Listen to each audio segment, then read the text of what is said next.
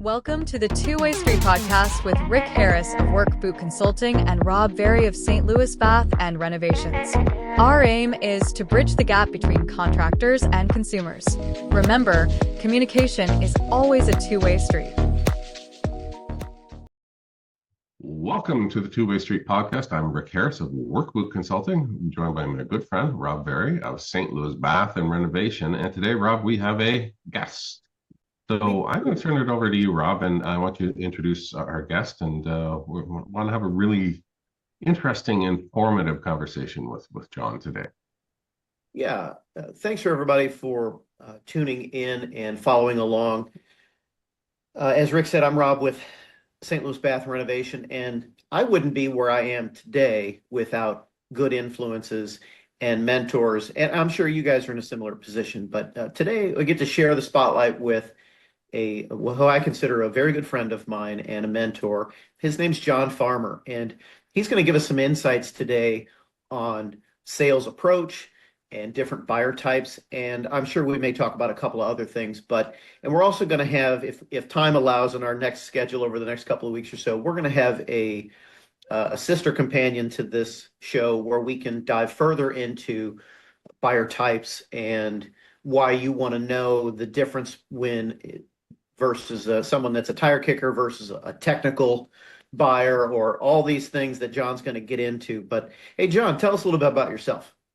Oh, well, thank you for that introduction. And it's an honor and privilege to be here. I appreciate you asking.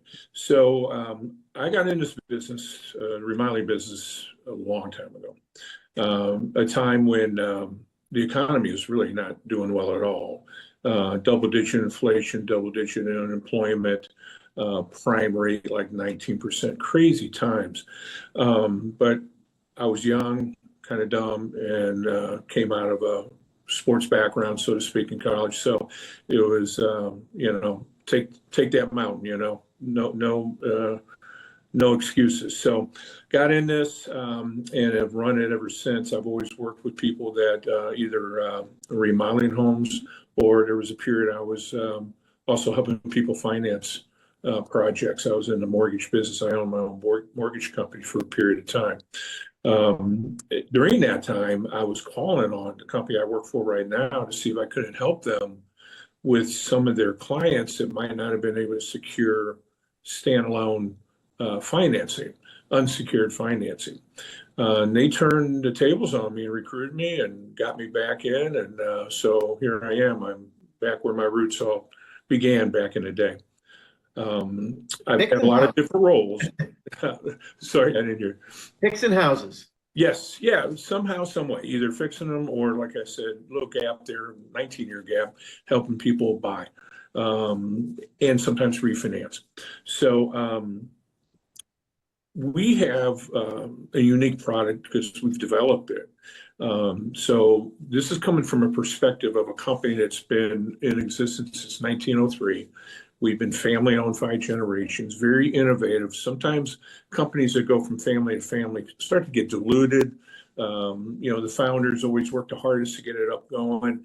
Sometimes second generation can carry that momentum, third, fourth. If you ever look at any of the history of companies that have been that way, developed that way, sometimes it goes downhill. We've gone up.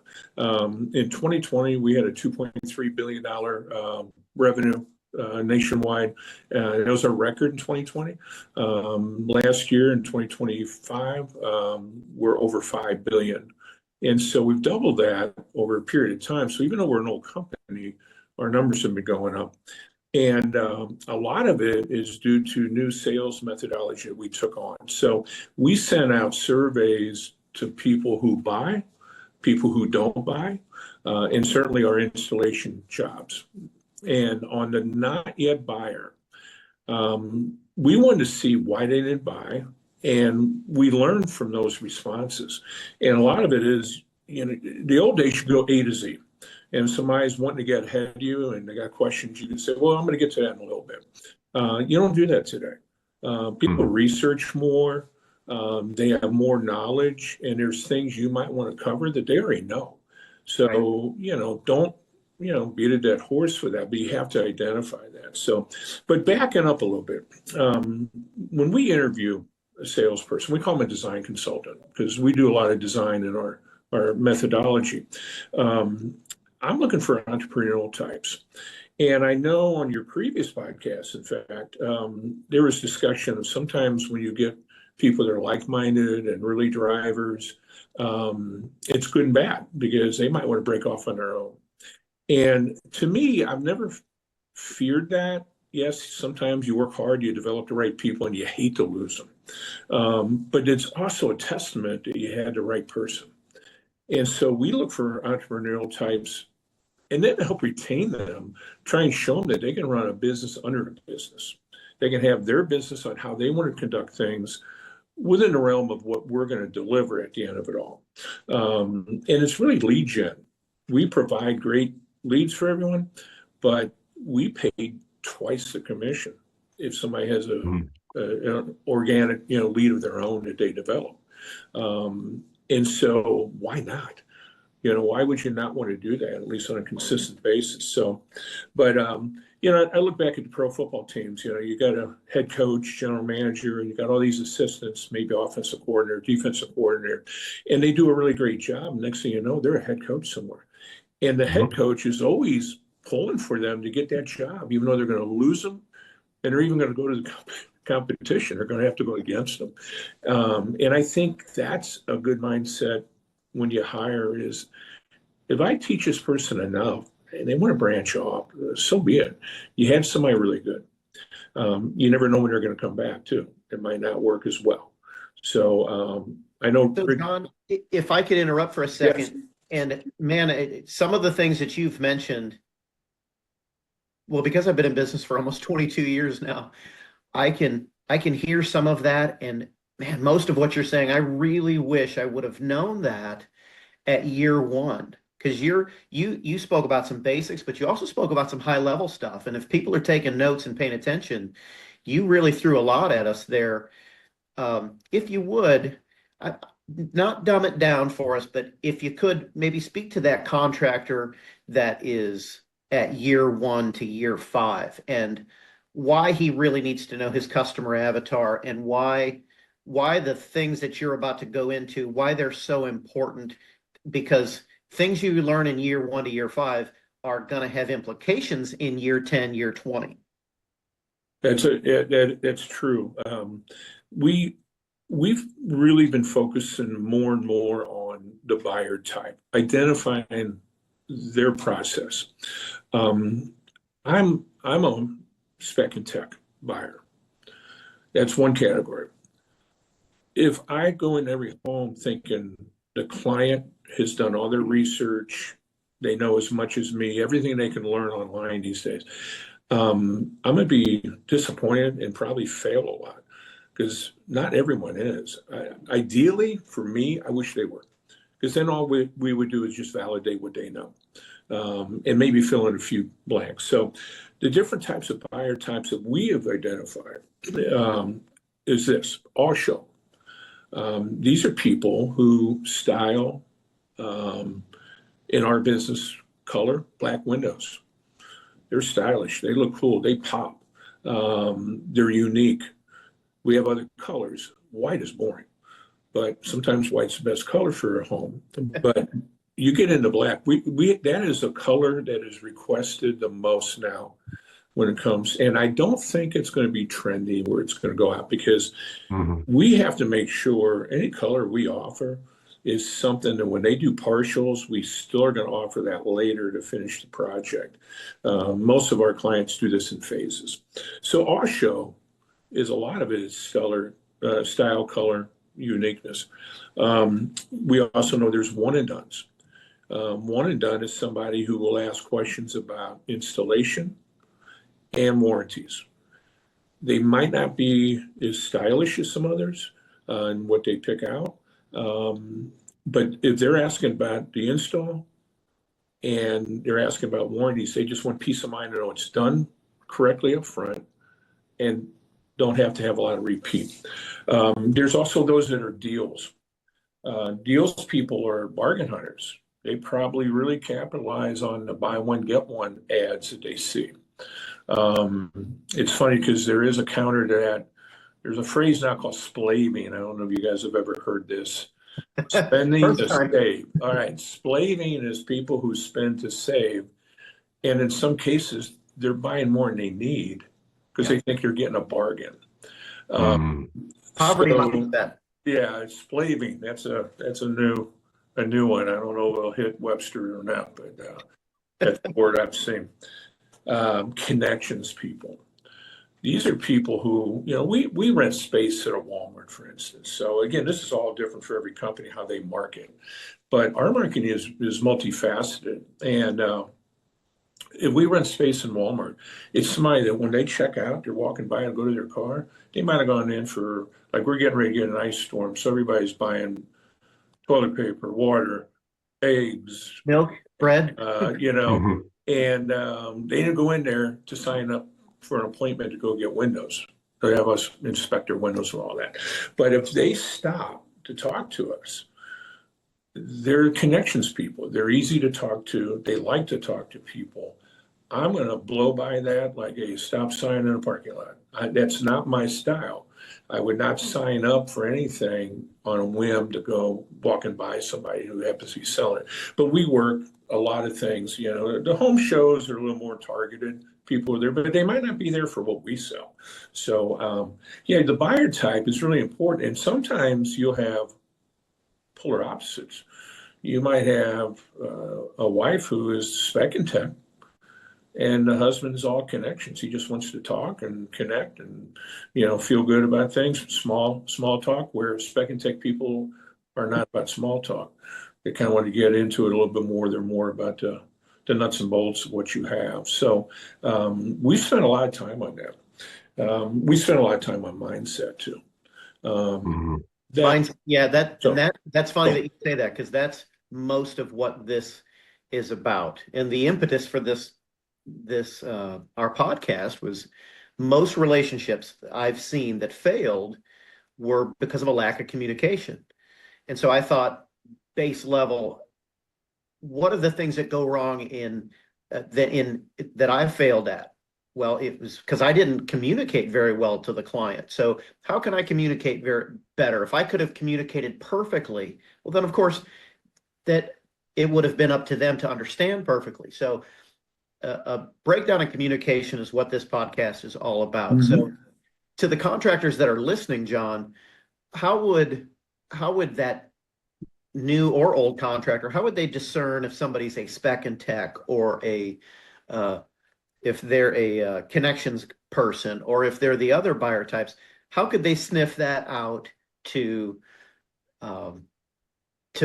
better see if there's a good fit? And also for the client that is trying to sniff out if this is a good company or not, because sure. We're all about telling the truth and being open and honest, because we're not a good fit for everybody. Yeah. But I'm also not the least expensive contractor to show up at your door. And I know that you in the windows and doors business, that's a race to the bottom. So how can a client that's looking for a good company, how can they pick the best contractor and that style of communication, so that they know that it's a good fit, so that it's just as good and exciting as at the end of the job as it is at the beginning? Yeah, and that's the ultimate, right? I ask questions, a lot of questions. If I'm talking as much as them, I'm failing. And those questions have to be, I don't want to say so much strategic, but they have to get more than a yes or no. And if that's all you're getting, you got to ask them to elaborate if they would, and why. What's in it for them, to let you know, to be transparent on their side. Some people have had past experiences with a contractor that was horrible, so they're guarded right away. I've asked that question. If I feel like they're not wanting to really communicate and they just want a number out of me, I'll bring it up. Have you ever had anything done around the home in the past that didn't go the way you wanted? Can you tell me more about that? What would have been better? And it's not so much so you can say, oh, well, we do this, we do this, we do this. You don't talk about you at that point. You just want to know, what have they dealt with? That's going to really let you know a lot. That's a great question. Yeah. A great question. And I always let people know that, look, this is a two-way street. I'm here to listen, understand, educate, and see if we have the right solution. And I tell people up front, there's times we are not the right company. I might not be able to help you. And that gets them to kind of lean in more like, well, what do you mean? Yeah, How you took the can you power not? back. You know, and I want them to lean in. I want them to ask me some questions, but I want them to open up. That's the main thing. And with some people, like I said, connections people, it's really easy. They're very talkative already. But you might have, again, a polar opposite in that if it's a couple. And so connections people talk maybe a lot more than you even want them to talk. It might not be things relative to why you're there, but that's okay. Let them talk. It'll reveal some things about how they think. Spec and tech, there's so much online, but there's so much that's not correct online. A lot of companies just kind of tease you with some things and they never put the right pricing on. It seems to be low from what I ever see. So the spec and tech is more data driven, detail oriented. They're going to be more logical, probably slower to decide. So don't talk about, hey, we can get together today. Don't introduce the word today too quickly to spec and tech. But let them know that at the end of all this, we're either the right company or we're not. I don't like to live in the gray. I'm a black and white person personally, and I want the whole meeting to kind of evolve that way. Either we're the right company or we're not. And if we're not, I'll be, thankful for the opportunity and maybe be able to point you in the right direction if we're not the right company. Hey, John, give me an example. Let's role play here for a second. If you can do all this by yourself, then fine. But give me an example about the today thing with the spec and tech. Let's dive into that a bit.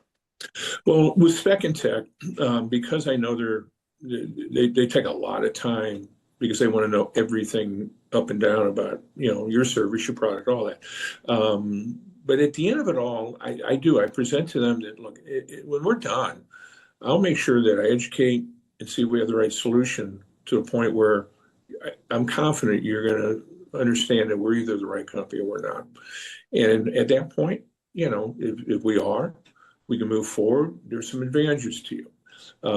In my business, it's a very logical reason why we can discount one more discount while I'm there. So you always have the advertised discount. It might be a mailer. It could be something in, AARP magazine in the back of the magazine, whatever it is. But at the end of the day, that's good for a period of time. But we have a product that we enlisted now to measure. It's called TechSee, TECHSEE. And that's a great product. What it is basically is we have technicians that sit behind a computer. They used to drive out behind all the salespeople. Now we drive a lot, 3-hour radius out of each office, sometimes even more, depends if it's a remote area. But in the Memphis market, we go all the way to Missouri, Kentucky, over in Arkansas, down in Mississippi, and halfway across the state. And it's a big state. And so to send someone back out requires a company vehicle. We had a fleet of them. And it was all these technicians they would drive 5 hours a day and get paid for 8. They'd only be in 2 homes a day. That's because of distance. Now they can measure through my phone 3 in an hour. They can sit behind a screen and never have to leave. We can measure in the evening up until 8:30 at night. We pay people to do that. And our phone becomes part of that process. And so I explain to people, I can save you more money today because we're saving. We decided not to keep that profit margin that we were incurring, but to go ahead and pass it on. And so for spec and tech or anybody, we've got a pretty good reason on why we can discount. It's legit. It's not just fluffed in there. And if we send someone back out, we will. It's just going to cost more. It's more time, more delay. So you're more directing that person that Mrs. Smith says, "Hey, John, that sounds great, but let me think about it." Yes. Yeah. Yeah. And I think about it's kind of a stall. That's not really an objection. Get into all that as much as you want, but yeah, it's so funny that and this is for the clients that are out there, for the Mr. and Mrs. homeowners out there. It's okay if you don't show us all of your cards, but anything that comes out of your mouth, we've heard that before. And In the negative sense, we would call that an excuse. In a positive sense, man, you just want to be a smart, sharp buyer. It does not hurt my feelings, but there's not a thing that you're going to say unless you tell me one of your kids got stuck in a sewer pipe that I haven't heard, or John hasn't heard, or Rick hasn't heard before. Just it's much better. And in one of our previous podcasts, if you followed, it was just about being honest. You don't have to tell us everything, but just be honest with us. Hey, we're getting three bids. Fantastic. Tell me about it. Right. Yeah. And I agree. And what's interesting is I just had that experience. Someone was telling me, well, we're still at the process of figuring things out. Yada. None of it was tangible, valid reasons. And I finally looked at the guy and I said, is it this? And I pointed to price. He goes, yeah. I go, it's too much money. He goes, yeah. I go, hey, we're good. I shook hands. I did what I could. We're not going to match with everyone. We're the most expensive company. And we feel we have the most value, but it's not the right product for everybody. Somebody might be getting ready to retire and move in a year, and they just don't need the best. They need some.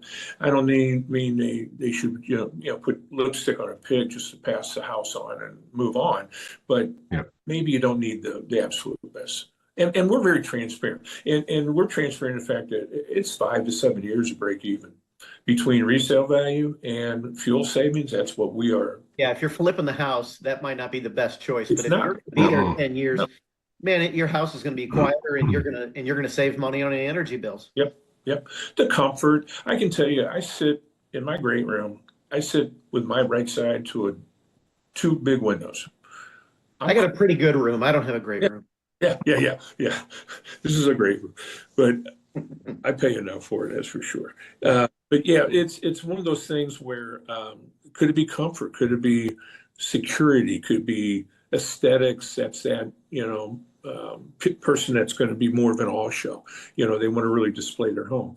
There's a lot of reasons why people want to buy. The more, the better. You can build your value easier that way, but sometimes it only takes one. And anybody that says, I want to think about it, they don't have enough information, or they've already made their mind up and they're afraid to insult you maybe, or, let you down, or they're not people. Or they're using your bid as they found out now it's the high water mark, and now they're going to try and accomplish that for a lesser total amount out the door. Yeah. Well, this is interesting.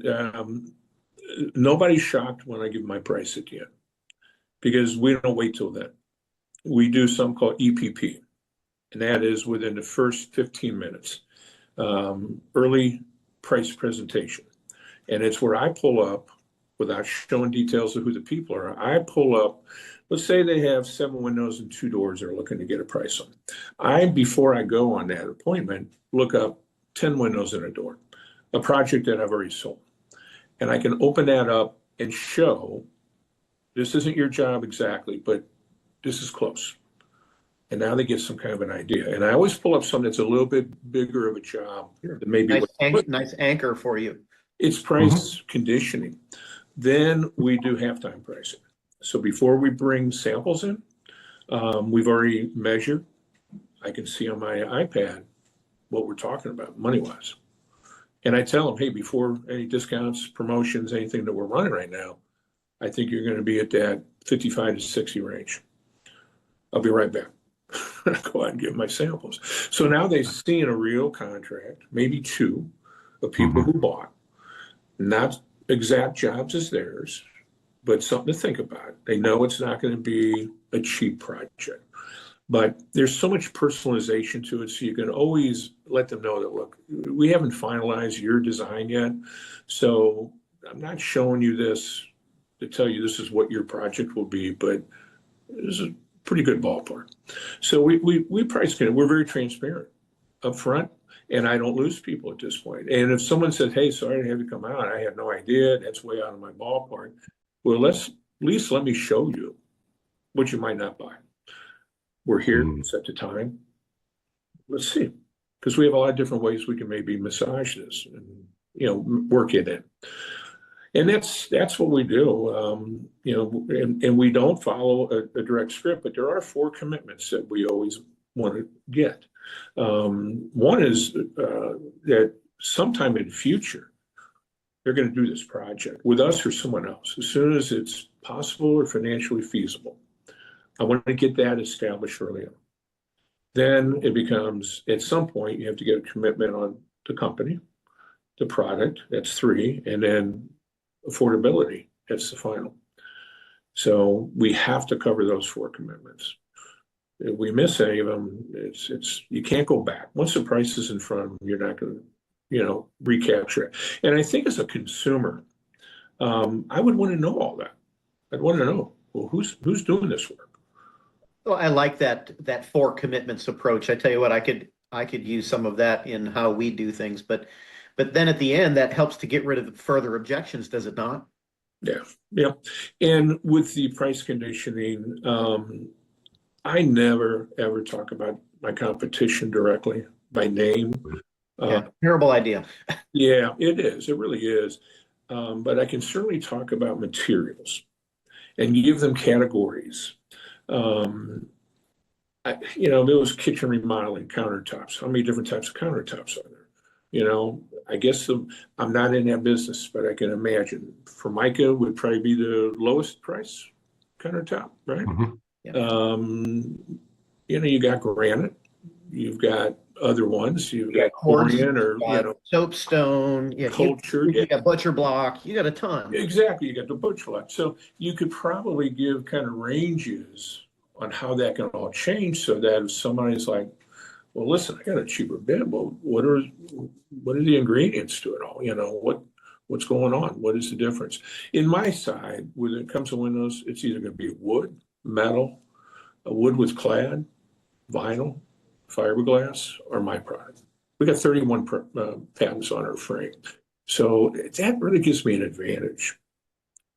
But we're not cheap, or we are expensive. And I tell people all the time, we win 2 out of 3 every time. You're going to love the company, you're going to love the product. And I tell them up front, you are not going to love the price. We don't know how to do all 3. We don't know how to be the great company and have the great product. Well, that's great. Say that again, John. What you just said was gold. I always tell people that we will win 2 out of 3. You're going to love the company, you'll love the product, but you won't love the price. But we do have ways to make it affordable, and I'll show you what that means, but we don't know how to be the great company with a great product and be the cheap price. We just don't fit that. And what you just said there is something that Rick and I probably have said, maybe way too much, if that's possible, but how to be honest with clients. Well, you can't have the world's greatest product and not be honest with people, but you could have a terrible product and not be honest with people, right? Yeah. And all those things, man, there's just so many things that I just heard you say it's making my head spin. But that's fantastic, because you're telling them, hey, they're buying a Rolls Royce. They're not buying a Chevy. And if we were buying a Chevy, we wouldn't expect the Rolls Royce price. But if we show them, hey, you're looking at a Rolls Royce, they already know that it's not going to be $100,000. It's not going to be $200,000. Yeah.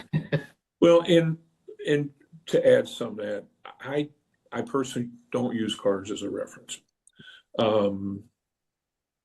It depends what's in their driveway, but a lot of people can suddenly say, "Well, I don't need a Rolls Royce." Right. That's too much. That's flamboyant. I'm not that way. I just want to, are you looking for a permanent solution or a quick fix? That's what I ask. Mm-hmm. And quick fixes are cheap. They're the cheap ones. Get in, get out. And some people want that. It depends on their home, but most people don't. So again, I'm talking about, home improvements, specifically windows and doors, but I have pictures of a 2-year-old window system that I took out of a house. And it wasn't the builder grade window that the builder put in. They had replaced windows with one of our competitors, and within 2 years, they were unhappy with them. And so that kind of takes care. What's the most expensive window you can buy? One you don't like. Yeah, and the one you replaced in 4 months. Yeah. And it'd be the same way. Like in your business, you do much. You've worked with me at my home, and you've worked with me at my business and done great work. And I've always trusted you and all that. But at the end of the day, I think people want a permanent solution. They all become one and dones at that point. They don't want to do this over and over. I don't know that I had thought of it quite that way, and I know that I behave that way, but I don't know if I've thought of it quite that way about the permanent solution. Rick, what do you take from that, or what have you heard in all these pearls that John's throwing out at us? What takeaway? A ton. I was writing some stuff down. I'm going to claim it as my own idea, by the way, John. Do it. Plagiarism. Because I've already done that. What you hear is what I've learned from other people. That's right. There's I believe in R&D, which is rob and duplicate. A couple. I love everything that you've said, and it's not. What I'm hearing is that you're not there to do sales; you're there to advise. Is primarily what I'm hearing. But I had I have three questions, and I know we don't have a whole ton of time, but I've seen the commercials for Renewal by Andersen, and you can tell right away it is not the cheap product, or it's not a cheap meaning quality wise. One of the things that I love is the current ad that I've seen is you can just get one. If you just want one, we'll do just one, which I think is amazing.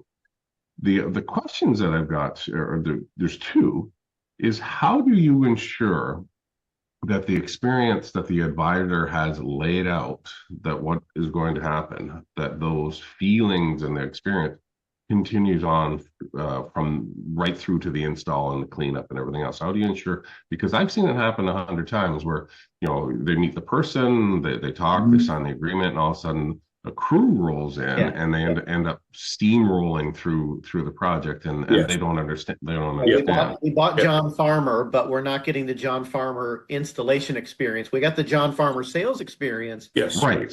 But we didn't get the follow through. Yeah. And we sure like that John guy. Yeah. Well, and that is really more important, I think. You're talking about having a good operations team. That's what we do. Absolutely. Yeah. Yeah. And I did a national search to hire the operations manager for the Memphis office. We grabbed him out of New Jersey. He's not from there originally, Minnesota, but he was running a big company from an operations standpoint. Then I hired the assistant operations manager. I hired the production manager who oversees all the crews. Stole him from Home Depot. He'd been there 10 years, and we knew he had a good reputation.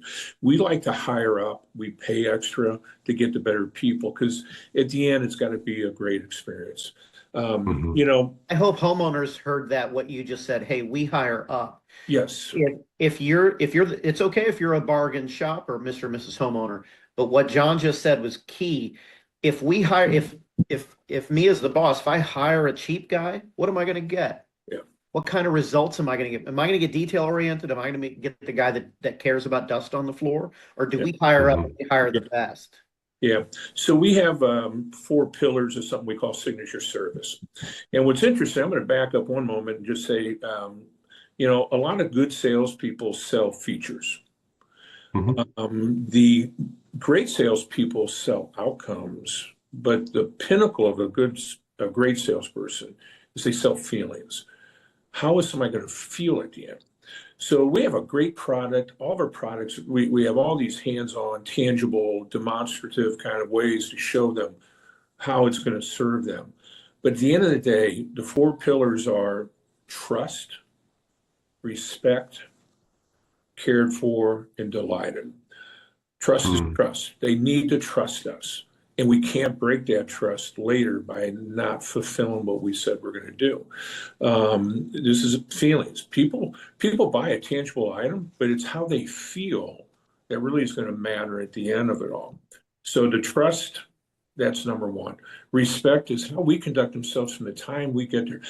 I get to a home 3 minutes early, not 5, never 1 minute late. I drove by 15 minutes early. I want to get a lay of the land, make sure I know where I'm going.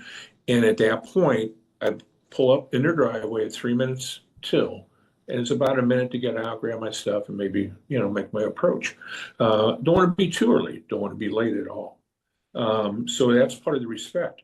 Offer to take off your shoes if it's an inclement day. Whatever you have to do to show them that, hey, I respect your home and the ability to come in here and speak to you. The cared for is how we do the job when we're there.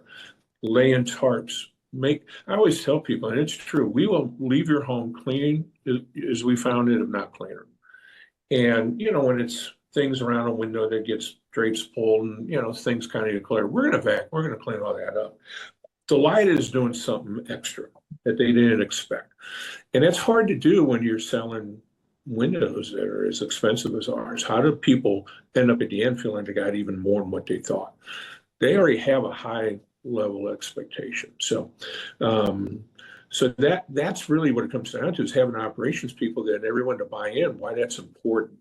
And we have surveys that go out on everything. Any human contact, a survey goes out by a third party that we can't control. So if there was a homeowner, if there was one that wasn't happy somehow, they're going to get the survey. Some companies will only release surveys to the happy client. That's right. And it is so Give me your references. It's so skewed. It's so wrong. And how do you learn from that? You want to know everything. We have concierges that call every job. And while the job's still in progress, we say, hey, right now, on a scale of 1 to 10, 10 being, how's our crew doing? This is why the crew is still working.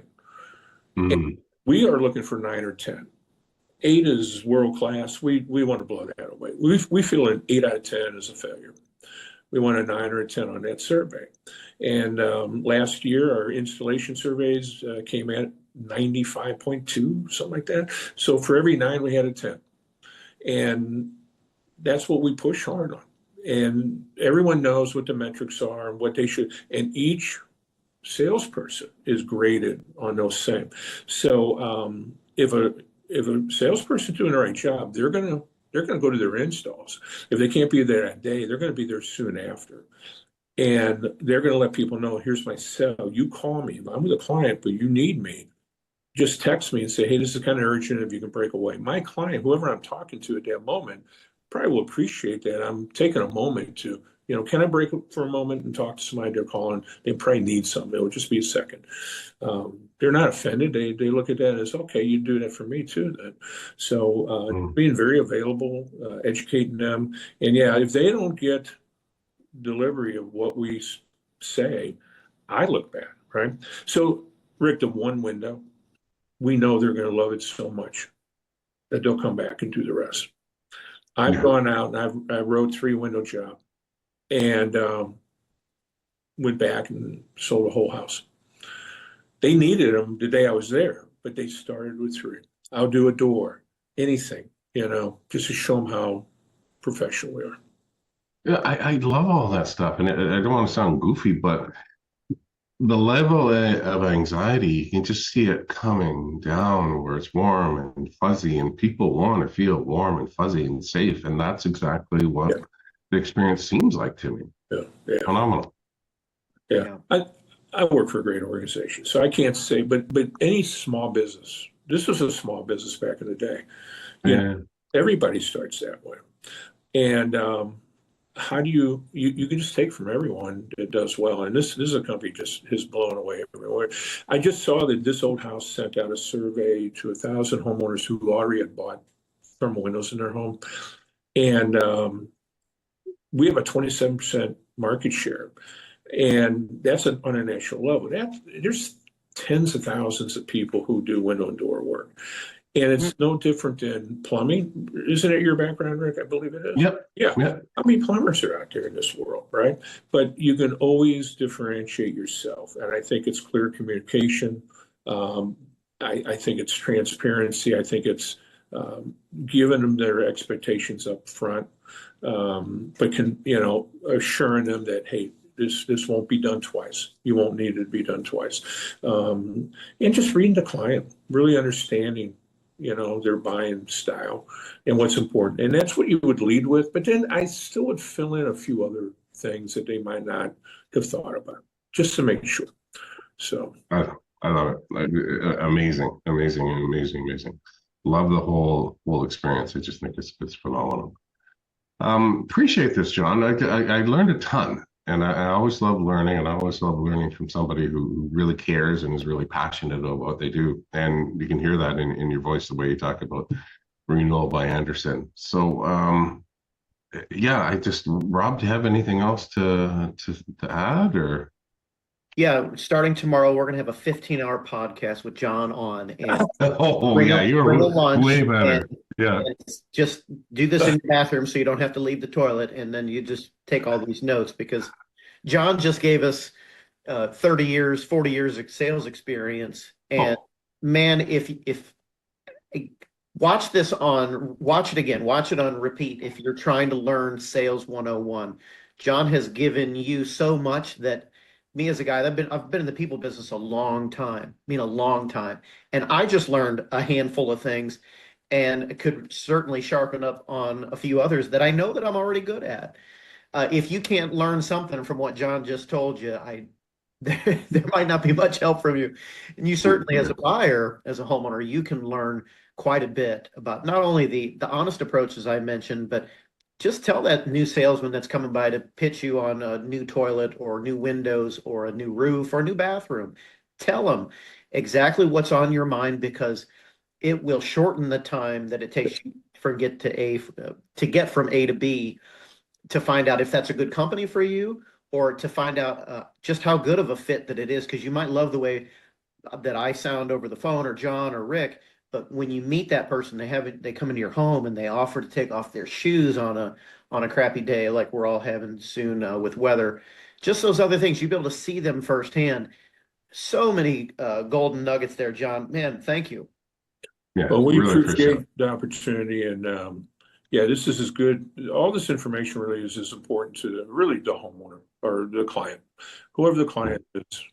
That's what you're taking care of them. And Well, they now we help gotta have a us. podcast where John learns something from me, which is probably not going to happen it. because I'm learning from John as I always have been. Yeah. But this is wonderful, John. I'd love to have you back on again, and so that we could really take. I kind of saw probably 3 to 5 different things that we could really take about, pick that Mhm. apart, and really get specific on personality types or marketing or uh, shoot, just the part where that you said that third party company calls in and asks during construction. How many contractors out there having somebody check in the middle of construction? Man, Mhm. that's solid. That's dangerous ground if you're not doing a good job. So, 100%. so Yeah. many things there we could learn. Rick, Love it. your final thoughts and tell us what you think. I loved it. I love everything that you had to say, John. I'm on board. I think it's phenomenal. Yeah, definitely. We'll have you back on. Rob, thank you so much for connecting me with John. I really appreciate it. It's That always was a easy. pleasure. John's the best. Oh yeah, I bet. Yeah, I'm sure he's a blessing. Appreciate you coming on, John. This is the Two-Way Street podcast with Rick Harris of Workbook Consulting, my good friend Rob Berry of St. Louis Bathroom Renovation, and we were joined today by John Farmer from Renewal by Andersen. Really appreciate your time, John. We'll catch you on the next one. Yeah. Thank you guys. Be safe. Thank you, Thanks. John. And for all our viewers, make sure you like, share, and subscribe if you're on YouTube or Spotify. And we're going to share this on social media as well.